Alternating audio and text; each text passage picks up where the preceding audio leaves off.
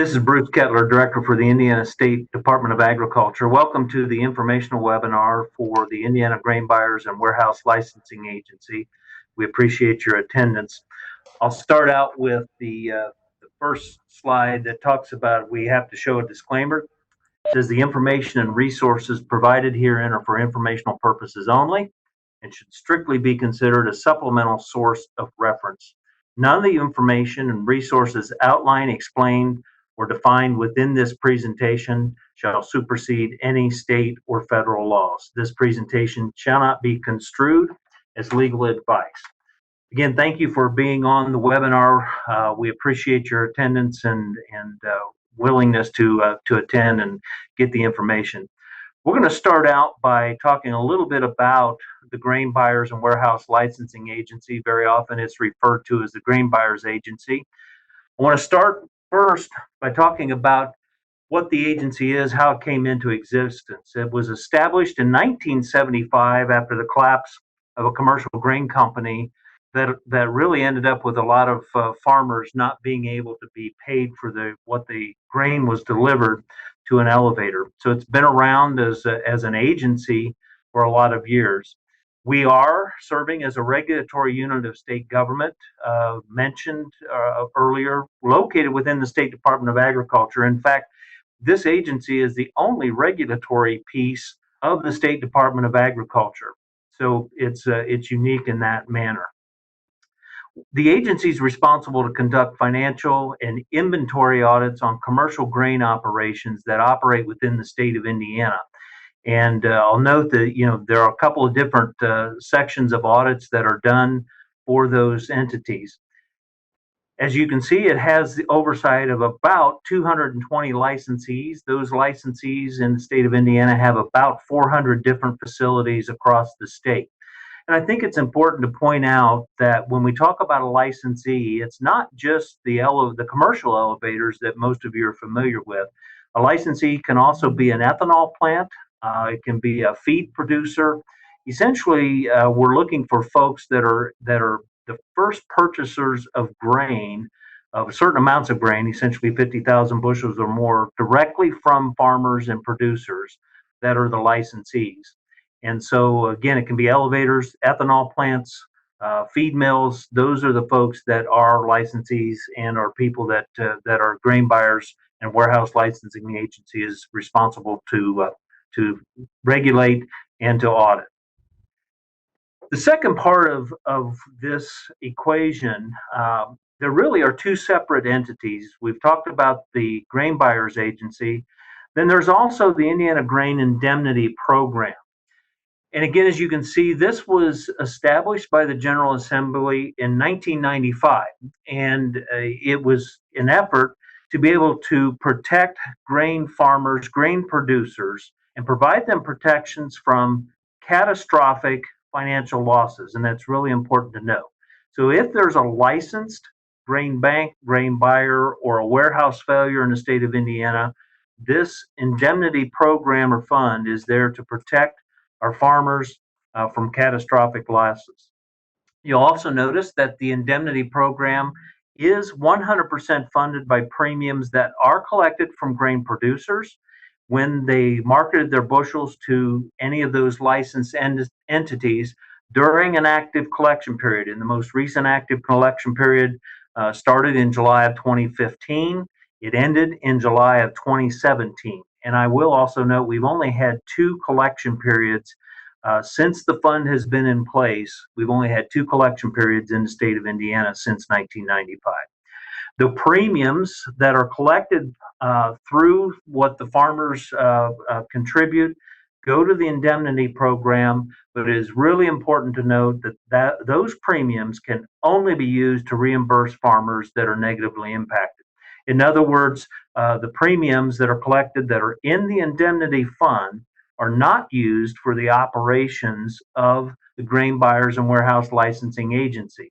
And that's a little different than in some other states. But the funds that are in the indemnity program are only used and only able to be contributed to the producers that put money into the fund. Continuing on the grain indemnity program, question about who may administer the indemnity fund. There is actually a board of directors known as the Indiana Grain Indemnity Corporation. You might hear it referred to as IGIC, but that is its own and separate corporation. And it's important to note that this board of directors is made up of 10 voting and 3 non-voting members. In other words, 13 total members on the board. Of those voting members, I want to give you a breakdown so you understand who all is represented on this board. We've got 2 from the Indiana banking industry, 2 from Indiana's commercial grain and feed industry, 1 is from the commercial seed industry, and 5 of the voting members of the 10 voting members are Indiana farmers. So half of the voting members of the board are, and this is required by state law, half of those voting members have to be farmers that are represented on our board. There's been a number of questions about the indemnity fund and how much money is contained. As of the end of April, which are the last and latest numbers that we have, the indemnity fund in Indiana has over $36 million in cash and is invested. The investments are handled by the state of Indiana through the state treasurer's office. But the indemnity fund in Indiana sits currently at over $36 million. Been a number of questions, obviously, about collection period. The most recent collection period started in July of 2015, and it remained active until July of 2017. So that was the last collection period. And I'll just note, since the fund was started, as we mentioned, in 1995, there have only been 2 collection periods in the entire history since 1995 of the grain indemnity program. Okay, so I know that there are lots of questions. A number of questions have been received about why am I only receiving 80% of what I put into the fund versus 100%. So we thought it was really important to provide a really good example of the collection, because if you want to think of the indemnity fund kind of like insurance, it's like paying premiums, and in fact that's what we refer to it as. So I'm going to turn it over to Harry Wilmoth. Again, Harry is the director for the Grain Buyers and Warehouse Licensing Agency. He's going to run through a real quick and simple example of the premiums that would have been paid in, so that you get a sense of those that will receive money back out of the indemnity fund, what that looks like. Again, a real quick question for those that are on the webinar, you can see at the bottom of the screen, but those that are on the phone, if you want to text a question to us, the number to text a question is 317-760-4669. Harry, I'll turn it over to you to go through this example. Yes, no, thank you, Bruce. Good morning, everybody. My name is Harry Wilmoth. I'm the director of the Indiana Grain Buyers and Warehouse Licensing Agency. As Bruce already said, this is just an example we put together to help kind of show the calculation of a potential farmer doing 1,000-acre operation of a standard rotation of corn, beans, and wheat in the state of Indiana, just to show how much potential money that was collected from a farmer of this size in their producer premiums.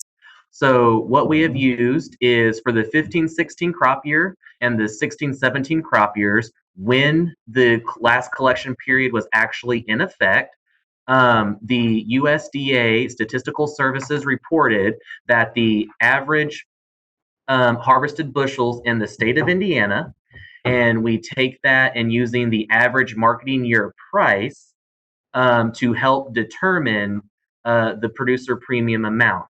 So it's really important to remember that in law, the producer premium amount is defined as 0.2% of the price of all marketed grain. This price is calculated using the gross sales price. It includes all premiums and discounts for moisture, damage, quality of grain, variety, and anything that really is the characteristic of the grain itself. The premium is calculated, though, before any deductions of marketing assessments, storage costs, drying fees, cleaning, anything of those extra additional services that would be attached to delivered grain. Like I said, with that premium, again, if you just take the average harvested bushels per acre in the state of Indiana for each of the 2 crop years, and the average reported marketing year dollar price, a farmer of about 1,000 acres with a standard rotation of corn, beans, and wheat, you're looking at a collective total of about $2,362 is what the total premium of a farmer of this size would actually contribute to the indemnity fund. So when you talk about um, that situation, that's really how much a producer paid in. For this collection period, again, collection period started in July of 2015 and it ran until July of 2017. So of that 2-year span, again, a farmer of this 1,000 acres type of operation is looking at paying just over $2,300 in the premium amount that was all compiled and contributed to the overall fund. Thanks, Harry. Very, very good example, and again, hopefully simple to be able to calculate. Obviously, your individual farms would have been slightly different, but I hope that gives you a sense of the contribution that would have been made. So again, as we think about some of the questions that we've received and continue to receive, just first, for people to understand who's covered under the grain indemnity program. That's a very common question, but basically anybody during that collection period, again, the last collection period was in 15 through 17, July of those years, a grain producer that, as long as they didn't request to receive a refund, and there is an option to receive a refund in the law, but for those that did not, they are considered to be active participants in the indemnity program. And we have had a question or two, hey, I've just started to farm since the last collection period and have contributed grain, have grain stored. Am I eligible? And the answer is yes. So even if a new farmer never paid a premium into the collection period, but are actively farming and in a situation they can. So then the question becomes, what is covered? Because as you all know, there are lots of different options when you deliver grain as to how you can market your grain or store it. And this is really important. So if it's to a licensee, whether it's a grain bank, grain buyer, warehouse facility, whatever, the grain delivered in these situations is covered under the grain indemnity program. If it's put on grain bank, if it's on open storage, if there are warehouse receipts, maybe you had deferred pricing, you've got fully priced contracts or basis contracts, it's covered. In some cases might be a hold pay, or if there in fact were return checks, then those that are in those situations with grain delivered under those situations are covered under the grain indemnity program. What's the duration of the coverage? So this is again a common question we've had a time or two. Grain that has been delivered not more than 15 months before the date of the failure of a facility is considered into the program. So 15 months prior to the date of the failure, grain that has been delivered into a facility that has failed at that stage is eligible. This is in Indiana code. This was put in the 15-month time frame was put in statute by the legislature. It's also important to know that actual physical delivery date of the grain is what needs to be considered for eligibility. That's really critical and key to this duration of coverage. Then a lot of people have had questions about what is eligible for reimbursement. Again, it can be bushels that are on grain bank, open storage, or if you've got warehouse receipts. Those situations are eligible for 100% of their determined value. And again, back to Harry's example, and similar to what when we collect, less any and all charges, discounts, premiums, and funds that go into the state corn and soybean checkoffs, that's also it. So if it's on grain bank, open storage, warehouse receipts, it gets reimbursed at 100% of that determined value. In contrast, bushels that are on deferred pricing, fully priced contracts, basis contracts, hold pay, or a return check, those situations are reimbursed at 80% of the determined value. And again, less charges for discounts, premiums, and the checkoff. It's important to keep in mind this distinction between 180%, depending upon your particular situation, to know why there might be a difference. And again, I want to point out both the duration of coverage and what is eligible for reimbursement is set up in Indiana code, and that's pretty important to do. Okay, so a lot of questions. We're going to move in now specifically to Salamonie Mills and Agland Grain. I'm going to turn it back over to Harry to talk a little bit about the process because, again, I know a lot of folks have some questions about what this process looks like. Harry? Yes, no, sir. Thank you. So just jumping into the claims process, this is just, we broke it down into a few simple steps just to highlight the major milestones that we're looking to achieve as we continue to move forward here. First, what we kind of labeled step one would be your information packets. We as the agency will send out these full information packets to all of the people we have identified that is potentially impacted by either the Salamonie Mills or Agland Grain closures. You will receive these packets via USPS first class mail. I know over the past couple of months, we've had a lot of people reach out to us. And when we talk to you, we look to verify your name, if you have a farm name, contact information. So if you haven't contacted us yet to verify your contact information, that would actually be really, really helpful. Feel free to email it to that IN Grain Buyers email address, or feel free to give us a call at the area code 317-232-1360. And that way, it's just really helpful. We verify the mailing address so we can get you all of this information as soon as we possibly can. Now, when you actually get those packets, your packets will include specific and unique documents that are, again, specific for you as an individual. Those documents are going to itemize the agency's preliminary findings based on what we get from the company records. When we talk about doing our reconciliation of company records, because a part of that step and our responsibility is to provide, impacted producers with good information to help them make the decisions they need to in about filing their claim. So in your information packets, there'll be just a simple introduction letter letting you know what it is and kind of what's going on at the time. What we call a proof of loss statement. This is more of that high level document that totals the total bushels and total dollar amounts that you'll actually have to sign and submit to with your claim. It will have a grain invoice. This grain invoice will break down line item by line item your individual tickets and positions that we show that you're still owed for in some capacity. Again, grain bank storage, deferred pricing, or a contract. It's all broken down on that grain invoice so you can see what we see.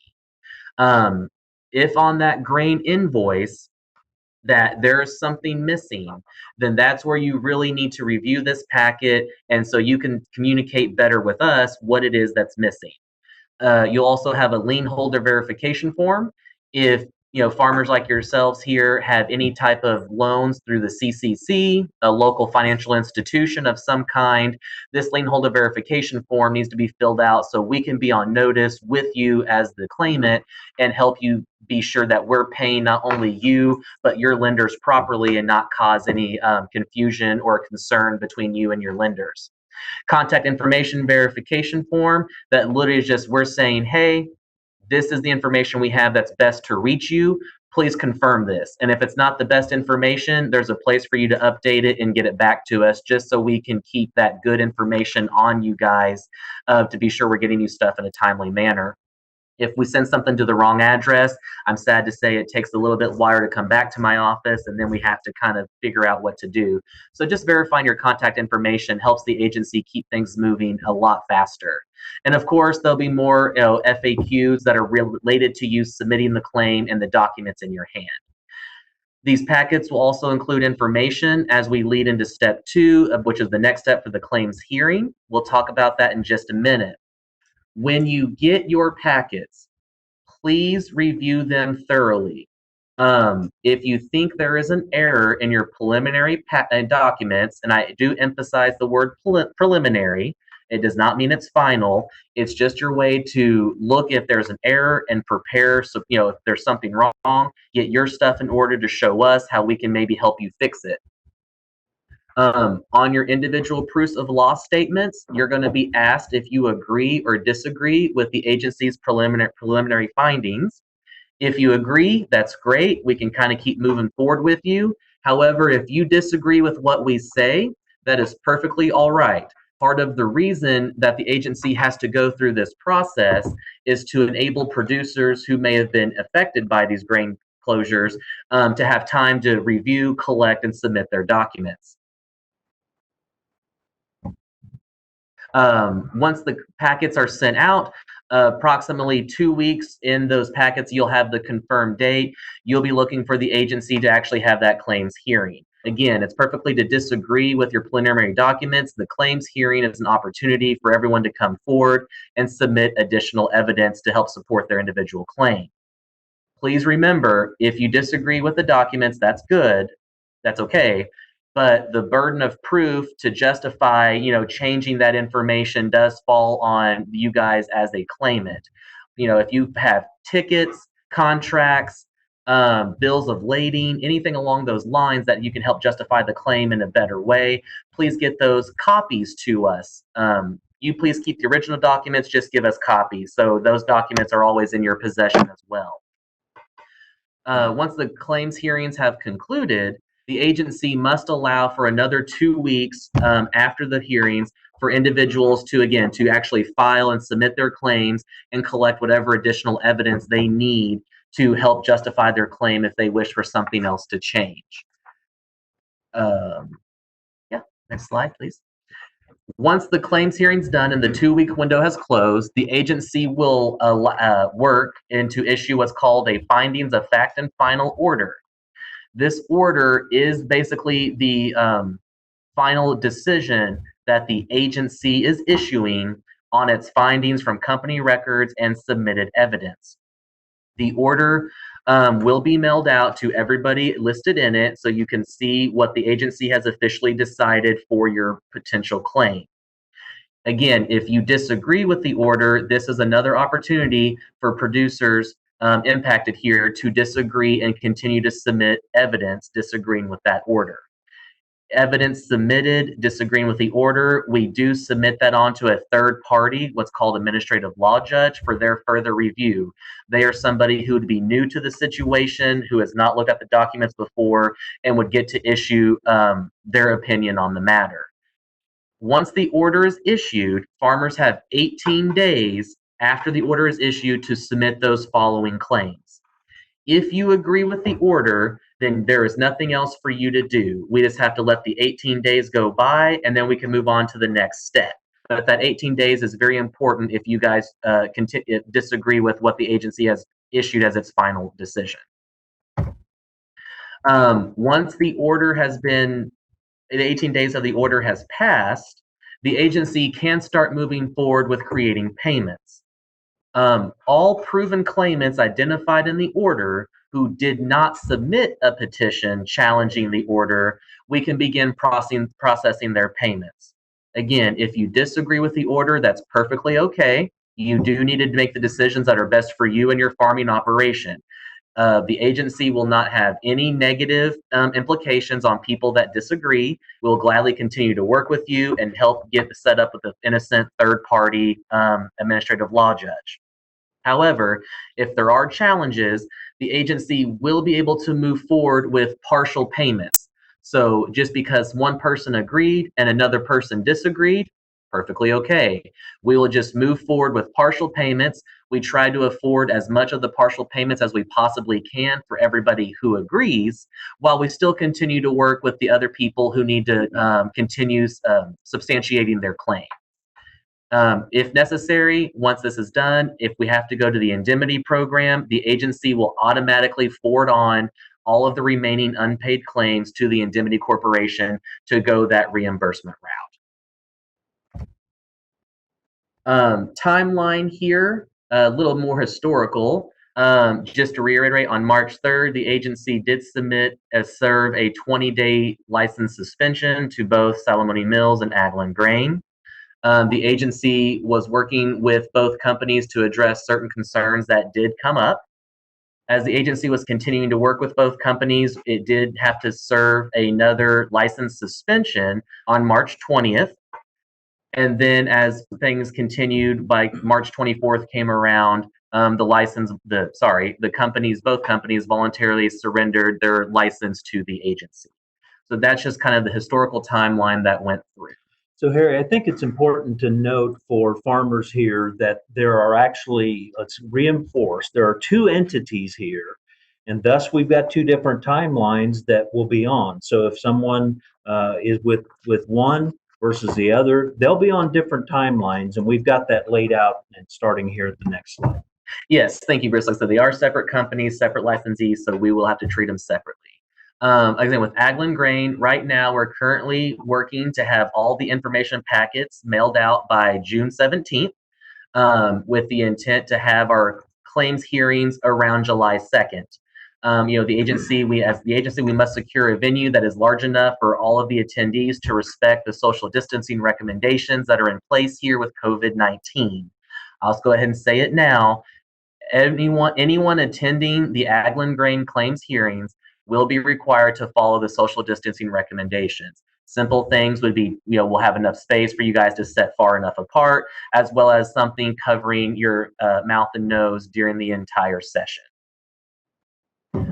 Going to Salamonie Mills, right now the agency is still processing all of the company records. As it was a larger company, there is significantly more information that we must continue to process. Right now, we don't have an estimated timeline. Our current goal is to hold the claims hearing for claims hearing. So this information packet's been sent, and the actual claims hearing, jumping to step 2, would be have that by the 1st of August. A lot of the questions that we have been asked, farmers wanting to know the price of grain. These right here will be your prices. If you had a basis-only contract, your May 2020 futures will be used, and you're looking at $3.43 3/4 cents for corn, $8.62 1/2 for soybeans, $5.39 1/4 for wheat, and $2.62 for anybody that had oats. With the futures values, we will not be rounding those because those are what the May 2020 futures closed on March 20th at 2020. That would be for the futures value. The cash price that will be used for any storage, grain bank, deferred pricing grain. The cash price for corn is set at $3.41. Soybeans will be $8.64.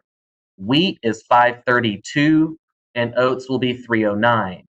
These are the prices set, and then any discounts, storage fees, service charges, checkoff, premiums will then be reduced from these dollar amounts accordingly.